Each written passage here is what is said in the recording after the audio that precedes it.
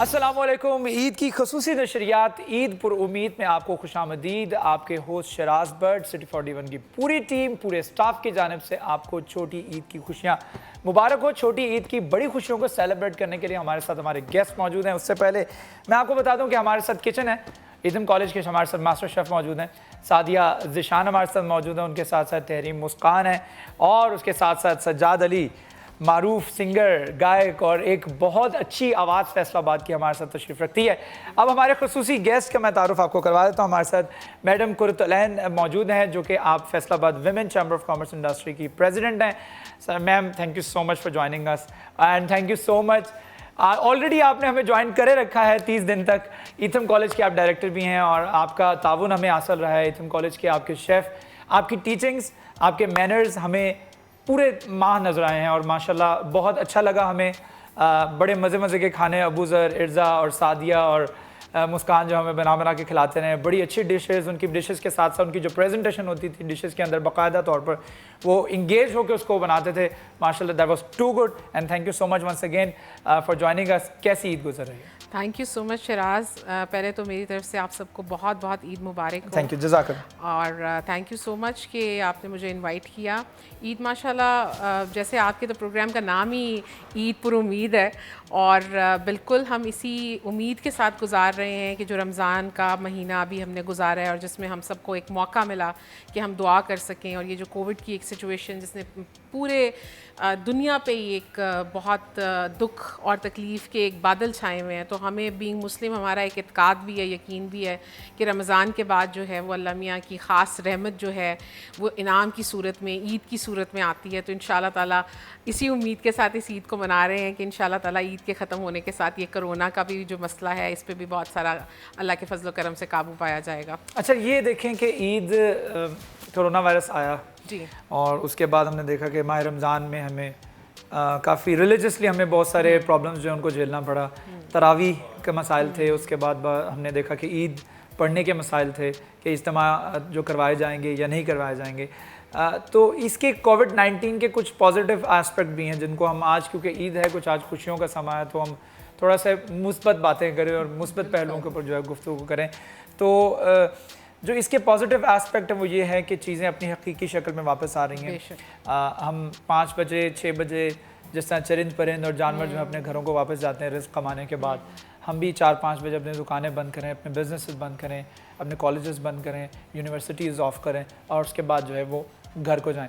ये कुदरत हमें जिसे कहते हैं ना कि ज़ोर ज़बरदस्ती ही सही लेकिन सिखा रही है और हमारे मामलात को जो है वो बेहतर करने की कोशिश कर रही है। चूँकि हमने पहले देखा था कि इससे पहले रूटीन ये थी कि 2-2 3-3 बजे तक आउटलेट्स खुली होती थी और पैकेजेस हुआ करते थे, सुबह 7 बजे तक पैकेज है और वो पैकेज फ्री है, उस पर कॉस्ट कम हो जाती थी। तो ये तमाम चीज़ें जो हैं वो इस वजह से हो रही थी क्योंकि लोग जो है वो रात में जागते थे और दिन में सोते थे। It was the other way around. लेकिन अब चीज़ें कुछ बेहतर होना शुरू हो गई हैं, ज़बरदस्ती सही लेकिन हो रही हैं। तो इस पर आप क्या कहेंगी कि जो कुदरती तौर पर हम एक लाइफ में वापस आ रहे हैं और दोबारा से बच्चों की शादियों के ऊपर अखराजात कम हो गए हैं, 4 लोग जाते हैं और शादी करके वापस आ जाते हैं, तो ये जो चीज़ें अब पॉजिटिव आस्पेक्ट हैं आज उसके ऊपर थोड़ी सी गुफ्तगू करना चाह रहा हूँ, तो क्या कहेंगे इस पर? जी, ये बड़ा अच्छा आपने सवाल मुझसे किया क्योंकि मैं जितने भी लोगों से, जो मेरे फैमिली फ्रेंड्स सारे लोग हैं, वो अक्सर मुझसे पूछते कि आप पहले तो बहुत मसरूफ़ थी कि चेंबर भी था, इथम भी था और भी बहुत सारी चीज़ें वो मेरे पास पोर्टफोलियो में थी। तो ऐसा होता था कि आप सुबह घर से निकले हैं और बहुत रात गए आप आए हैं और देन बाय दैट टाइम आप थक के सो गए हैं, बस आपको कोई टाइम नहीं मिला।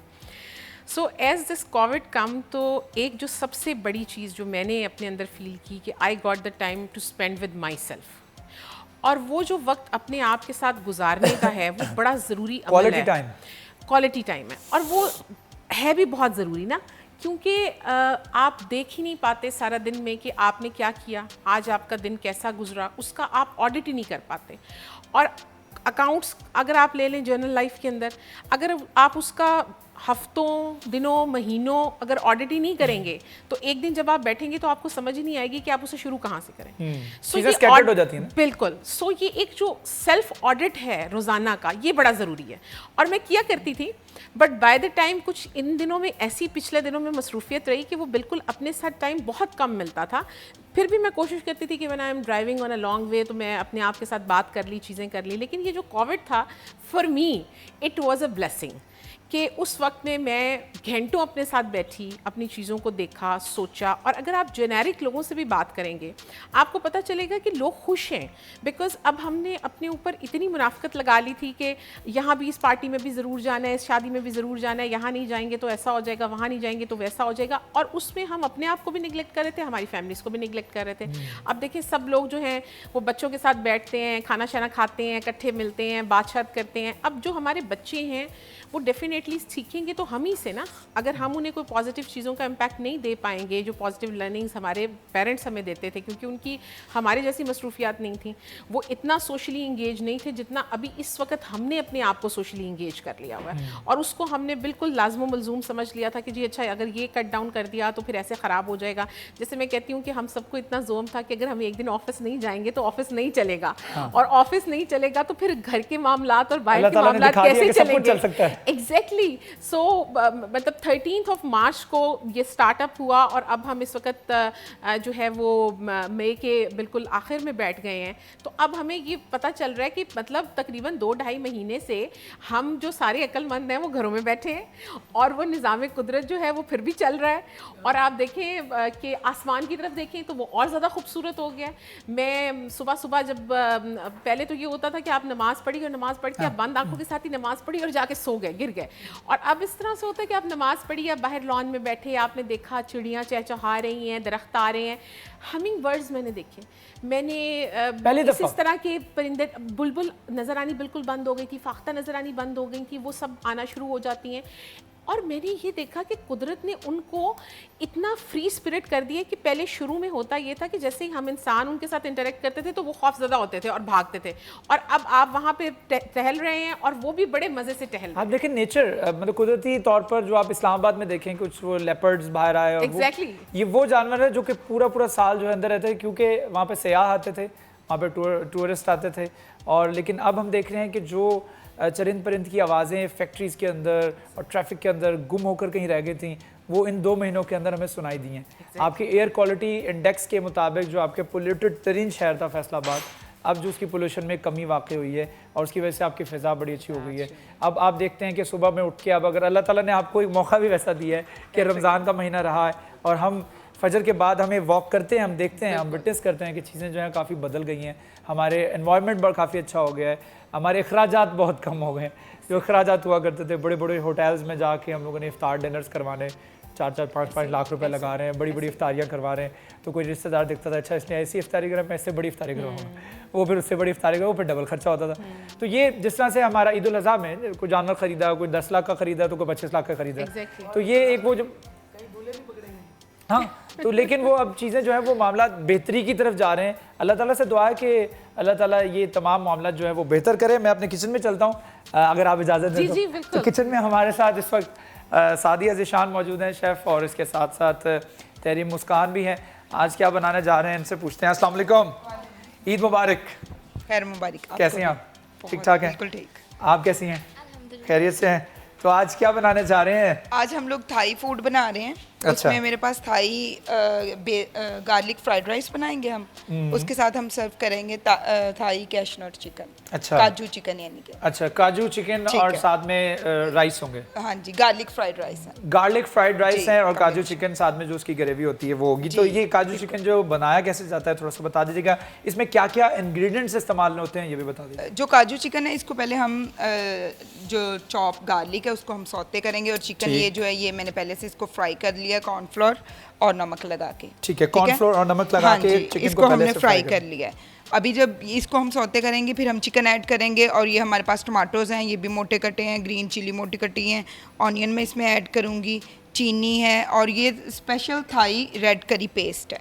ये मिल जाएगी आराम से मार्केट से? जी बिल्कुल। अच्छा, ये किस नाम से हम बोलेंगे? Thai Thai red curry paste. ठीक है, ठीक है, चलें। और इसको हम ऐड करेंगे जी, और केचप जाएगी और लास्ट में हम इसको कॉर्नफ्लोर के साथ इस ग्रेवी को थिक कर लेंगे। ये आपने ठीक बताया है, नहीं। ये ब्लैक मशरूम्स हैं, ये Black भी हम लास्ट mushrooms, में ऐड करेंगे। okay. इसको मैंने पानी में डिप कर दिया है, ये बिल्कुल ड्राई होते हैं। ये इसको- आसानी मिल जाएंगे हमें? जी जी, ब्लैक हाँ, मशरूम जो है वो ब्लैक आपने मशरूम, ठीक है जी। चलिए, ये तमाम इंग्रेडिएंट्स है, लेकिन इनको बनाना कैसे है थोड़ा सा बता दीजिएगा, प्रोसीजर इनको क्या है? हाँ जी, हम ये गार्लिक सौते करेंगे, चिकन ऐड करेंगे और Right, one by right. One ये चीज़ें ऐड करते जाएंगे और हम केचप डालेंगे, हल्का सा पानी लगाएंगे और लास्ट में इसकी ग्रेवी जब थिक हो जाएगी तो कॉर्नफ्लोर्स के साथ। ठीक है, इसको प्रेजेंट किया जाएगा। जी, अच्छा, इसको इसमें सबसे जो अच्छी बात आप लोगों की लगती है कि मैम इसमें आपने ना सिर्फ प्रेजेंटेशन सिखाई है, बल्कि हमारे जो पूरा महीना यहाँ पर जो खाने पकते रहे हैं, जो पकवान बनते रहे हैं, उसमें मैं एक चीज़ नोट करता था और हमेशा मेंशन भी करता हूँ कि यहाँ सफाई सुथराई का बहुत ख्याल रखा जाता है। मैंने देखा हमेशा यहाँ पर अबू सर आते थे और इर्जा आती थी, आप भी आती हैं, बाकायदा तौर पर पहले किचन को साफ़ किया जाता है,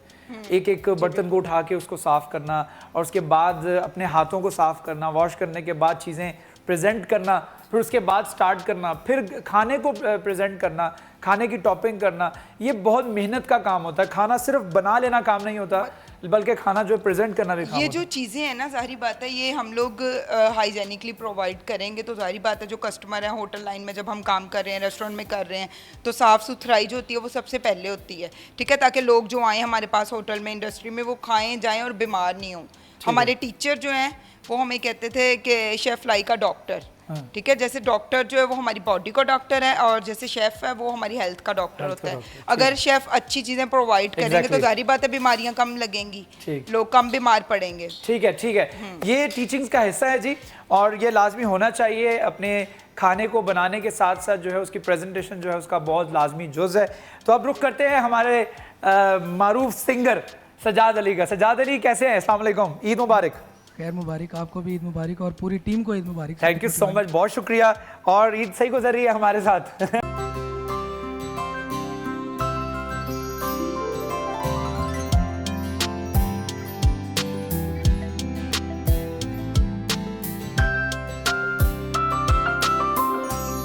वेलकम बैक। ईद पुर उम्मीद में आपको खुशामदीद। हमारी खुसूसी नशरियात, हमारे साथ Faisalabad women chamber of commerce industry की प्रेसिडेंट मैम कुरतुलैन हमारे साथ तशरीफ़ रखती हैं, उनके साथ साथ सजाद अली बराजमान हैं। हमारे ईतम कॉलेज के शेफ़ इस वक्त लगे हुए हैं, खुशबुएँ आ रही हैं जी, और महसूस हो रहा है जैसे वाकई एक एनवायरनमेंट जो है वो ईद का बन गया है। और उसके साथ साथ सजाद अली की आवाज़ माशाल्लाह बहुत खूबसूरत आवाज़, सजाद भाई बहुत माशाल्लाह अच्छी आवाज़ है। ख़ास तौर पे ट्रेनिंग नज़र आती है आपकी आवाज़ में ना। जो आप गाना गाते हैं, जो भी गीत आप सेलेक्ट करते हैं, उस सिलेक्शन के अंदर और आपकी आवाज़ के अंदर वो पूरा जो कम्बिनेशन होता है ना, वो बड़ा ज़बरदस्त हो जाता है और एक समा बांध देते हैं आप माशाल्लाह। बहुत ज़बरदस्त आवाज़ माशाल्लाह। माइक पे ज़रा। बेसिकली वर्सटाइल सिंगर हूँ तो वर्सटैलिटी को फॉलो करता हूँ माशाल्लाह। ज़्यादातर मैंने नोट किया कि आप ज़रा पॉप म्यूज़िक की तरफ, पॉप, क्योंकि आजकल आपको पता है कि पॉप ही चल रहा है। हाँ। लेकिन हम कुछ कॉन्सर्ट्स ऐसे होते हैं या कुछ महफिल ऐसी होती हैं जहाँ पे हम गज़ल भी गाते हैं, कुछ ऐसा गाना भी गाते हैं जो रूह पे असर करता है। लेकिन बाहर जब हम कॉन्सर्ट्स वगैरह पे गाते हैं तो फिर आपको पता है भंगड़ा चल रहा है आजकल। बिस्मिल्लाह करा। ठीक है, बिस्मिल्लाह करा। तो चले मैडम की तरफ रुख करते हैं दोबारा एक मरतबा फिर। मैम, ईद पे ख़ास तौर पर बचपन की ईद होती थी कुछ, बिल्कुल वो याद का हिस्सा, आपके हाफजे का हिस्सा बन जाते हैं। बिल्कुल ऐसे। कोई एक ऐसी ईद जो कि आप समझते हैं कि आप कभी नहीं भूल सकते हैं, हमारे साथ शेयर करें। देखिए, जब आप छोटे होते हैं तो हर चीज़ आपको मज़ा देती है, बिकॉज़ आप मटेरियल बेस्ड नहीं होते। आपकी जो ख्वाहिशात हैं वो वर्ल्डली टाइप नहीं होती हैं। मेरा ख्याल है कि हर ईद बचपन की मज़ेदार है, कि जिसमें आप उठते हैं, तैयार होते हैं, आपको शौक़ होता है कि आप ईदी लेंगे बड़ों से, और फिर उस ईदी को जाके आप दोस्तों के साथ मिलके खर्चेंगे और फिर आप बताएंगे कि नहीं मुझे अब ये बहुत बड़ा एलिमेंट है कि अब ईद लेनी नहीं, अब देनी पड़ती है। बिल्कुल, अब ऐसी सेटिंग में है कि अब ईद देनी पड़ती है। सही बात है। तो उसमें कोई एक ऐसी ईद हो जो आप कहेंगे ये इस साल की ईद जो है ये मेरे हाफजे का हिस्सा है और मैं कभी इसको भुला नहीं सकती, उसमें कोई ऐसा कोई वाक़या हुआ हो या आपने कोई घर से दूर ईद गुजारी हो, या ऐसी कोई बात हमारे साथ शेयर करें जो हमारे ऑडियंस में जानना चाह रहे हैं। हाँ, एक ईद जो है वो ऐसा था कि एक हमारी कॉन्फ्रेंस थी और उसके लिए हमें हॉलैंड जाना था।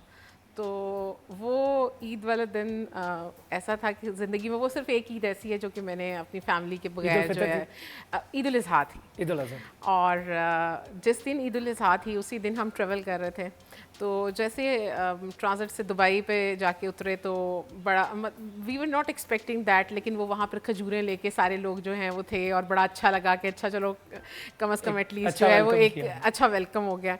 एंड देन जब वहाँ से हम एम्स्टरडैम गए तो जैसे ही पहुँचे और घर फ़ोन किया तो उन्होंने कहा हम तो कुर्बानी शुरबानी करके और खा पी के यहाँ पे पार्टी चल रही है। घर कितना मिस किया होगा। और हम इमिग्रेशन की लंबी लाइनों में खड़े हुए थे जहाँ पे इतने टूरिस्ट थे और हमें इमिग्रेशन क्लियर करनी थी और इस पे और आगे पीछे याद आया ना, ईद के मौके पर, ईद को शबरात हो, ईद हो, ऐसे त्यौहार जो कि हमारे मजहबी त्यौहार भी हैं, हमारे कल्चर का हिस्सा भी हैं, और ऐसे त्योहारों में जहाँ पे हम सारे इकट्ठे होते हैं, हमारे कजन्स, हमारी फैमिलीज इकट्ठी होती हैं, और वहाँ पर खास तौर पर आप ना हो और आप इमेजिन करें सारे इकट्ठे हुए हैं और मैं वहाँ पर नहीं हूँ, तो ये सबसे ज़्यादा जो दुख पहुँचता है खुद को कि मैं उसका हिस्सा नहीं। बहरहाल आगे बढ़ते हैं।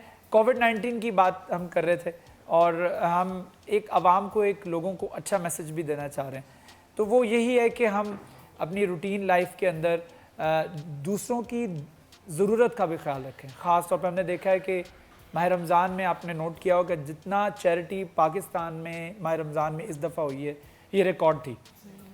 ये मुख्तलिफ़ फलाही तंजीमों की जानिब से, NGOs की जानिब से, मुख्तलिफ़ फाउंडेशंस की जानिब से, आप इंडिविजुअल लगा लें, आप इंडस्ट्रियलिस्ट लगा लें, हमारे इंडस्ट्रियलिस्ट ने, हमारे ताजरों ने जितना राशन तकसीम किया है, जितना लोगों के घरों में राशन पैक्स पहुँचाए हैं और जितना खटका के दरवाज़ा जो है वो राशन दिए हैं, ये आज से पहले कभी नहीं हुआ। बिल्कुल ठीक। तो मेरे ख्याल में अल्लाह ताला की तरफ से ये भी इम्तिहान था, क्योंकि एक वाइट कॉलर लोग ऐसे जो किसी के आगे हाथ नहीं फैला सकते, वो लोग भी जॉबलेस हुए, उनको भी ज़रूरत थी, लेकिन वो अपनी ज़रूरत बता नहीं सकते थे, तो उनको उनकी ज़रूरत पूरी करना, उनके घर तक जाके उनके राशन पहुँचाना, मेरे ख्याल में ये अपने आप में एक काबिल सताइश चीज़ है। तो इस पर क्या कहेंगे? हमारे फैसलाबाद के बड़े बड़े लोगों ने उठ के जो है वो लोगों तक राशन पहुँचाया, उनकी ज़रूरियात पूरी की हैं, तो मैं चाहूँगा इस पर what's your take on that?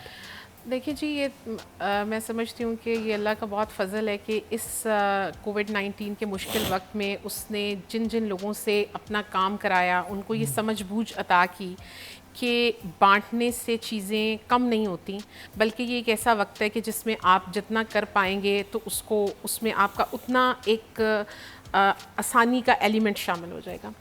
और देखिए, जैसे आप शराज बात कर रहे हैं ना कि कोविड-19 ने हमें सिखाया क्या, या इसमें से हमें सीखना क्या है, ये तो हमने रमज़ान में, मैं मानती हूँ कि हमने बहुत फिलैंथ्रोपी कर ली, हमने बहुत एक्टिविटीज़ कर ली।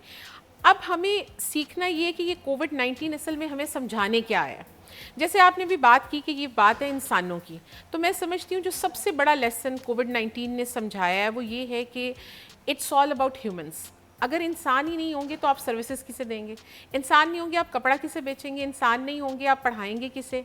इंसान नहीं होंगे टीवी कौन देखेगा? सो हमने इंसानों को फॉर ग्रांटेड लेना शुरू कर दिया था। तो इट्स अ टाइम कि आपके इर्द गिर्द जितने भी लोग हैं वो जिस लेवल, जिस दर्जे पे हैं, आप उनको, उनकी एक ड्यू इम्पोर्टेंस है, उन सबको वो ड्यू इम्पोर्टेंस दी जाए। दूसरी जो इम्पोर्टेंट चीज़ है वो एक कुदरती निज़ाम है। जब कुदरत इतने बड़े पैमाने पे इंटरवीन करती है तो बेसिकली कुछ ना कुछ डिसबैलेंसमेंट यूनिवर्स में चल रही होती है, तो वो फिर इंटरवीन करके बताता है कि भाई अब it's the time to look back and to sync yourself, let's get back to the track. Yes. So अब ये जो फिलैंथ्रोपी अब हम कर रहे हैं, इसे अगर हम रोज़मर्रा रूटीन का हिस्सा बना लें, देखें अब भी हम लोगों को मुस्कुरा के देख रहे हैं, लोगों की ज़रूरत को, तकलीफ़ को समझने की कोशिश कर रहे हैं, रमज़ान में कुछ अच्छे तरीके से समझने की कोशिश कर लेते हैं। मेरे नज़दीक हर दिन रमज़ान है, हर दिन जुमा है, अल्लाह आपको देख रहा है, आपने उसके सिंक में जो कुछ करना है उसका पता नहीं रिटर्न तो क्या है, लेकिन जो सेटिस्फेक्शन आपको एक इंसान को खुश करके मिलती है वो शायद आपको लाखों कमा के और लाखों खर्च करके नहीं मिलती। जब when you see someone smiling from heart and you are the reason, तो ये सबसे बड़ी ऐसे लगता है कि मतलब उस लम्हे में मुझे तो ऐसा लगता है कि मैं उसको कहती होती हूँ कि मुझसे सब कुछ ले ले मगर ऐसा कर दे कि मैं तेरे इंसानों के इस तरह से काम आ जाऊँ कि वो दिल से खुश हो जाएं, तेरे लोग खुश हो जाएं। क्योंकि वो कहते हैं ना, ये जान तो आनी जानी है, इस जान की कोई बात नहीं, आपने जाना तो है ही दुनिया से, मरना तो आपने है, ये तो आप बचा ही नहीं सकते। जैसे मैं अक्सर लोगों से कहती हूँ कि देखो ये तो अनसर्टन हो सकता है आप बिजनेस में कामयाब होंगे, ये तो अनसर्टन हो सकता है आप अपने बच्चों की शादियां देखेंगे या नहीं देखेंगे, ये तो अनसर्टन हो सकता है कि आप कहीं इंटरनेशनल ट्रैवल पे जाएंगे या नहीं जाएंगे, मगर एक चीज़ बड़ी सर्टन है और फिक्स है, वो आपकी मौत है। वो तो जाना जाना है, वो तो आपने जाना ही जाना है। सो दुनिया की जो सबसे बड़ी हकीकत है वो ये है कि आपने मरना है, जिसको हम सबसे ज्यादा डिनाई करते हैं। तो मौत की बात हो रही हो या कुछ ऐसी बात हो रही हो, पंडित कह रहे हैं ये कैसी बातें कर रहे हो। हाँ, वो अभी भी कुछ लोग देखेंगे ना जब टीवी प्रोग्राम को, ऐसा वो बाद में नहीं मुझे कहते। कहेंगे कि अच्छा आज ईद के दिन भी आपको बैठ के सिर्फ और सिर्फ मौत की बातें याद आ रही है, आपको बहुत जल्दी आ रही है। But this is something, this is the reality. देखिए, आप अगर किसी चीज को मोटिव को सामने नहीं ना रखेंगे तो उसके मुताबिक आपकी लाइफ नहीं ड्राइव हो सकती। अच्छा, ये इंसान को पता हो ना कि मौत बरहक है, तो ऑटोमेटिकली फिर उसकी डीड्स अच्छे होने लग जाते हैं। उसको पता है कि मैंने जाना है, आई हैव टू गो। तो मैंने जब जाना होगा, जब मुझे पता होगा, जब आप अपने आप को इटर्नल फील करना शुरू कर देंगे कि मैं तो बिल्कुल ना खत्म होना, फिर सिर्फ आप अपने बारे में सोचेंगे। एग्जैक्टली। जब आप सोचेंगे कि मौत आनी है, फिर आप दूसरों के बारे में सोचेंगे। और दूसरों के बारे में सोचने के लिए ही इंसान को पैदा किया अल्लाह ताला ने। ये इंसानियत का मकसद है बेसिकली, कि हम दूसरों के काम आए। और मुझे नजर आया, मैंने विटनेस किया है, मैंने ऐसे ऐसे लोगों को देखा है जो पूरा पूरा साल नहीं निकलते थे, लेकिन इस दफ़ा वो निकले हैं बाहर, उन्होंने लोगों की हेल्प की है। और ना सिर्फ हेल्प किया, उनके घरों में, ऐसे लोगों के घरों में जो कि बाहर नहीं निकल सकते, बता नहीं सकते अपनी ज़रूरत। कई ऐसे लोग देखे हैं मैंने जिनकी जॉब चली गई, काम चला गया, और वो 25-30 हज़ार रुपये जो कमा रहे थे वही उसी से घर चल रहा था। अब वो जॉब चली गई, 2 महीने से घर में कमाई नहीं आ रही, रेंट देना है, रेंट पे या घर, तो वो किसी से अपनी ज़रूरत बता भी नहीं सकते। ये ऐसे लोग हैं जो किसी से मांग भी नहीं सकते। फिर वो क्या हुआ कि लोगों ने उनकी मदद की, किसी ने रेंट खत्म कर दिया। मैंने ऐसे ऐसे लोग देखे हैं। आज भी वी आर लिविंग इन 2020, और आज भी ऐसे लोग हैं जिन्होंने रेंट नहीं लिया लोगों से अपनी दुकानों का।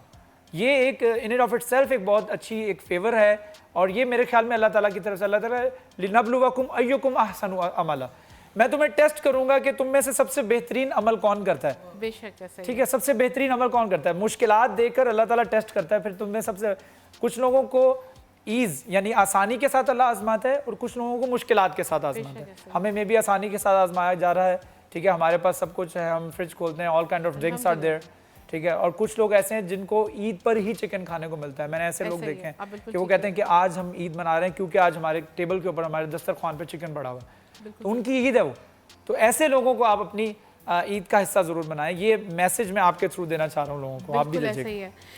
देखिए शराज, वही वाली बात है कि हर सिचुएशन जो आपको सिखाने के लिए आती है वो ये है कि it's not always about yourself.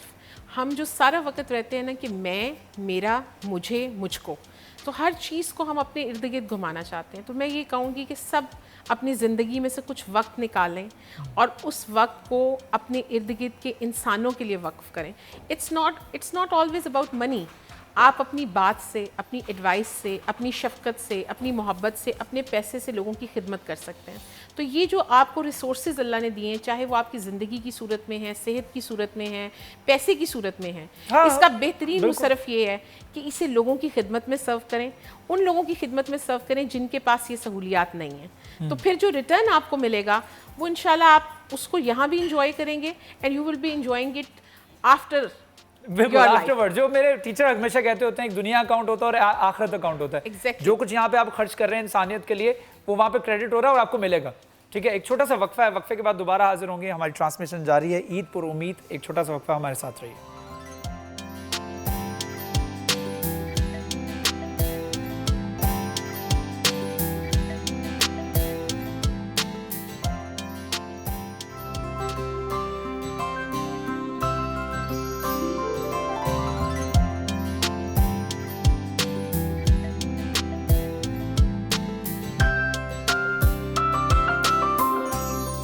ज़बरदस्त, माशाल्लाह, बहुत अच्छे। आपने मुझे भी मजबूर कर दिया अपने साथ गाने में। आपसे अच्छा नहीं। जितने भी लोग हमें देख रहे हैं, शराज भाई के लिए ढेर सारी क्लैपिंग। बहुत thank you, multi talent. Thank you so much. अच्छा, ये वाकई में गाना जो है ना, ये इंसान को जो नॉस्टैल्जिया बोलते हैं ना, कि पुरानी यादों में, और इंसान अपना माजी सोचने लग जाता है, जब मैं अपने घर वालों से अलग था, जब मैं कहीं दूर था या अपने घर में नहीं था। ये तमाम चीज़ें जो है वो जहन में आने लगती हैं। तो वाकई आपने जो डेडिकेट किया है, बड़ा चुन के डेडिकेट किया है। मुझे याद आ रही थी, मुझे एक दफ़ा ईद नहीं मिली थी, मैं गाने में बोल चले, उम्मीद करते हैं आपको आज ईदी मिल जाएगी। अपने से छोटों को ईदी भी दीजिएगा। बिल्कुल। ठीक है, चलें, फिर मेरा बन गया है आपकी तरफ। चलें, कंटिन्यू करते हैं। हमारे साथ मैम कुर्तुलैन मौजूद हैं। उनसे बात करते हैं। मैम, तो अब आपकी फैमिली में तो बच्चे आते होंगे आपके पास ईदी लेने? बिल्कुल आते हैं, सब आते हैं और बड़ा मज़ा आता है उनको ईद देने का। उनको बहुत वो एक इंतज़ार होता है कि अच्छा जी अब हम कपड़े चेंज करके आएंगे, और फिर जो है वो जितने वो मेरे इन लॉज में बच्चे हैं, they used to call me बड़ी मामा। तो वो बस वो दे गेटिंग रेडी कि जी बड़ी मामा से ईद लेनी है, तो फिर अच्छे से तैयार होकर हमने आना है। और फिर वो उनके पेरेंट्स भी जो हैं वो भी लाइन में लगे होते हैं। वो कहते हैं कि देखिए हम भी आपसे हैं तो छोटे ना, तो इसलिए हमारी भी ईद बनती है। और फिर वो यही मज़ा चल रहा होता है कि अच्छा इसने पहले ईद ले ली, फिर दोबारा लाइन में लगता है क्यों में कि नहीं मैंने तो नहीं ली थी वो ईद। अच्छा, वो फ्रेज एक अलग था जब हम ईदी लिया करते थे। अच्छा, जब हम ईदी देने की पोजीशन में है तो हमें महसूस होता है, हमें याद आता है कि हम किस तरह बड़े मज़े किया करते थे और बड़ा हमें उम्मीद होती थी कि बड़ों से हमें ईदी मिलेगी। तो ये सोच करके हम जो है वो बच्चों को ईदी ज़्यादा देते हैं कि यार एक स्टेज पे हम भी ऐसे ही थे और हम भी इसी तरह ईदी जो है तलब किया करते थे। छोटे थे तो उस वक्त व्हाट्सएप या सोशल मीडिया नहीं था, हम वो ईद कार्ड खरीदा करते थे, याद हो आपको? उसमें डिब्बे में डिब्बा, डिब्बे में केक, मेरा दोस्त लाखों में एक। हाँ, ये कॉन्सेप्ट जो कार्ड्स का भी जो ख़त्म हो गया, इस पर हम पहले गुफ्तगू कर रहे थे, ये जो कार्ड्स का कॉन्सेप्ट ख़त्म हो गया है। ये कार्ड में एक अलग ही उनसियत हुआ करती थी, एक अपनायत हुआ करती थी। किसी दूसरे शहर से आपने उसको कोरियर करवाया, वो कार्ड घर पहुंचता था या छोटा सा केक होता था, उसमें एक अलग उनसियत होती थी कि ये फ़लाँ जगह से आया है, ये मेरे फ़लाँ दोस्त ने भेजा है, मेरे फ़लाँ रिश्तेदारों ने भेजा है। लेकिन अब चूँकि व्हाट्सएप का दौर है तो अब वो कार्ड है वो व्हाट्सएप पे बना के आप फॉरवर्ड कर देते हैं, बल्कि आप एक नहीं, आपके पास ऑप्शन होती है पूरी लिस्ट को आपने टैग करना है, वो सबको सेंड कर दिया। तो ये जो है वो कॉन्सेप्ट जो खत्म होता जा रहा है, मेरे ख्याल में इसको दोबारा रिवाइव करने की ज़रूरत है, होने की ज़रूरत है। क्योंकि देखिए इस तरह से आपकी जो न्यू जनरेशन है वो अदब से, वो आपकी चीज़ों से, लिखने लिखाने से, पढ़ने पढ़ाने से बहुत दूर होती जा रही है। जैसे हम जब छोटे होते थे, मुझे याद है कि हम लेटर्स लिखा करते थे। हमें आदत होती थी कि हम अखबार पढ़ते हैं, हम किताबें पढ़ा करते थे, डाइजेस्ट पढ़ा करते थे। हमारे वालिद साहब हमें इस पर लाजमी करते थे कि आपने इंग्लिश न्यूज़पेपर में से पढ़ना है पैराग्राफ, आपने उर्दू में से पढ़ना है, then you have to discuss with me, आपने ये किताब पढ़नी है, अब ये रीडर डाइजेस्ट पढ़ना है। तो वो पढ़ने पढ़ाने से वो एक आदत थी और उससे जारी बात है आपके वो नॉलेज में इजाफा होता है, आपकी इन डेप्थ जो थिंकिंग प्रोसेस है उसको बड़ी सपोर्ट मिलती है। अब वो बच्चे तो अब लिखते ही नहीं है ना, वो कहते हैं बस यहाँ से कॉपी करेंगे, यहाँ से पेस्ट करेंगे, इसे सेंड कर देंगे। ये आप कैसी बातें कर रहे हैं कि ये इतनी बड़ी अब एक लेटर कहानी लिखें। अच्छा, और आप देखें कि लेटर लिखना वो एक इतना खूबसूरत जज्बा है and I really enjoy writing letter. तो मैं लिखती हूँ लेटर्स, मेरी एक रूटीन है कि मैं जरूर लिखती हैं आप आज भी? I do. कॉपी पेंसिल पकड़ के या मोबाइल पे? नहीं, मोबाइल पे नहीं, मैं कॉपी पेंसिल पकड़ के लिखती हूँ लेटर। और मैं जब भी कहीं जाती हूँ इंटरनेशनल ट्रैवल पे, तो मैं अपने लिए लेटर पैड्स वहाँ से ज़रूर खरीद के लेके आती हूँ। ज़बरदस्त। मैडम, मैं ज़रा किचन में होके आ जाऊँ, ज़रा चेक करूँ वहाँ पे हमारा क्या बना रहे थे, मुझे तो भूल गया। मुझे रमज़ान में याद होता था क्योंकि उस वक्त। अच्छा, थाई फूड है। ओहो, ज़बरदस्त, इसकी खुशबू भी बड़ी ज़बरदस्त आ रही है। ये काजू भी पड़े हुए हैं मेरे ख्याल में, एंड पे चिकन है और साथ में Thai garlic fried rice. Thai garlic fried rice जो है वो मेरे ख्याल में तहरीम मुस्कान हमें बताएंगे कि रेडी हो चुके हैं। वो रेडी हो चुके हैं और इसके जो ग्रेवी है वो तैयार हो रही है, तैयार है, बस हमने इसको प्रेजेंट करना है। ये प्रेजेंट करना है हमारे साथ करेंगे ना। ठीक है, मैम हमारे साथ मौजूद हैं, टेस्ट करेंगे और आपको बताएंगी जो है कैसा लगा। मैं वापस अपनी निशस्त पर चलता हूँ। सादिया ज़ीशान और इसके साथ साथ तहरीम मुस्कान जो है उन्होंने बड़ी मेहनत से अपनी डिश तैयार कर ली है, 1 से 2 मिनट के अंदर प्रेजेंट करके वो आपको देंगी भी। तो मैडम, एक जुमला उन लोगों के लिए जो ईदी देने के पोजीशन में है और इस वक्त जो हम सोशल मीडिया को भी, मैं कंक्लूड करना चाह रहा हूँ अपनी पूरी गुफ्तगू को, सोशल मीडिया की हम बात करते हैं और हम अब ये होता है कि अब दूरी जो है वो ख़त्म इस तरह से हो गई। सोशल मीडिया का फ़ायदा ये हुआ है और ये हमारी जो टेक्नोलॉजी एडवांस होगी उसका फ़ायदा ये हुआ है, जो घर से दूर बैठे हुए हैं, परदेश में बैठे हुए हैं। पहले होता था हम सोचते थे, सिर्फ कॉल होती थी PTCL पे और सोचते थे हमारे बच्चे पता नहीं कितने बड़े हो गए होंगे, 2-2 साल हो गए उनको देखा नहीं, और लेटर्स पे बात होती थी। अब उसका फ़ायदा ये हुआ, अब स्काइप सामने है और सब कुछ हम सामने देख लेते हैं, हमारे बच्चे सामने हमें नज़र आ रहे होते हैं। एक फ़ायदा ये हुआ है, लेकिन इसके नुकसानात भी हुए हैं। नुकसानात ये हुए हैं कि हमारी सोशल डिस्टेंसिंग वैसे बहुत ज़्यादा हो गई है। हम लोगों को मिलते नहीं हैं, सिर्फ ईद कार्ड जो है वो व्हाट्सएप के ज़रिए भिजवा दिया और ये तमाम चीज़ें करके जो हम फिर बरी ज़िम्मा हो जाते हैं। तो ऐसे लोगों के लिए मैं चाह रहा हूँ एक पैगाम दें और एक कंक्लूड कर दें गुफ्तगू को कि आज हम क्या पैगाम देकर जो है वो इस ईद सेगमेंट से निकलेंगे। बिल्कुल ठीक है। देखिए, ईद जो है वो खुशियाँ मनाने और खुशियाँ बांटने का मौका है। तो मैं सबसे यही कहूँगी कि आप अपनी ज़िंदगी में जो भी एक्ट करें उसमें एक सबसे इम्पॉर्टेंट इंग्रेडिएंट जो है उसे शामिल करना ना भूलें, और वो मोहब्बत है। राइट। जो भी आप अमल करें उसको मोहब्बत के साथ, खूबसूरती के साथ करें। ये ज़िंदगी this is a one time chance. तो मैं समझती हूँ कि ये बहुत बड़ी ब्लेसिंग है अल्लाह की इंसान पे, अगर वो किसी को मोहब्बत करने का मौका दे। ठीक है, मोहब्बत करें, लोगों में मोहब्बत बांटें। मैम कुरतुलैन ने जिस तरह बताया कि एक एक सेकंड जो आपका लाइफ का जा रहा है, it's not gonna come back. एक छोटा सा वक्फा लेते हैं, वक्फे के बाद दोबारा हाजिर होंगे तो आपको ज्वाइन करेंगे बिलाल डोगर। देखते हैं बिलाल डोगर किसके साथ और कहाँ पर ईद मना रहे हैं। एक छोटा सा वक्फा देखते रहिए सिटी 41।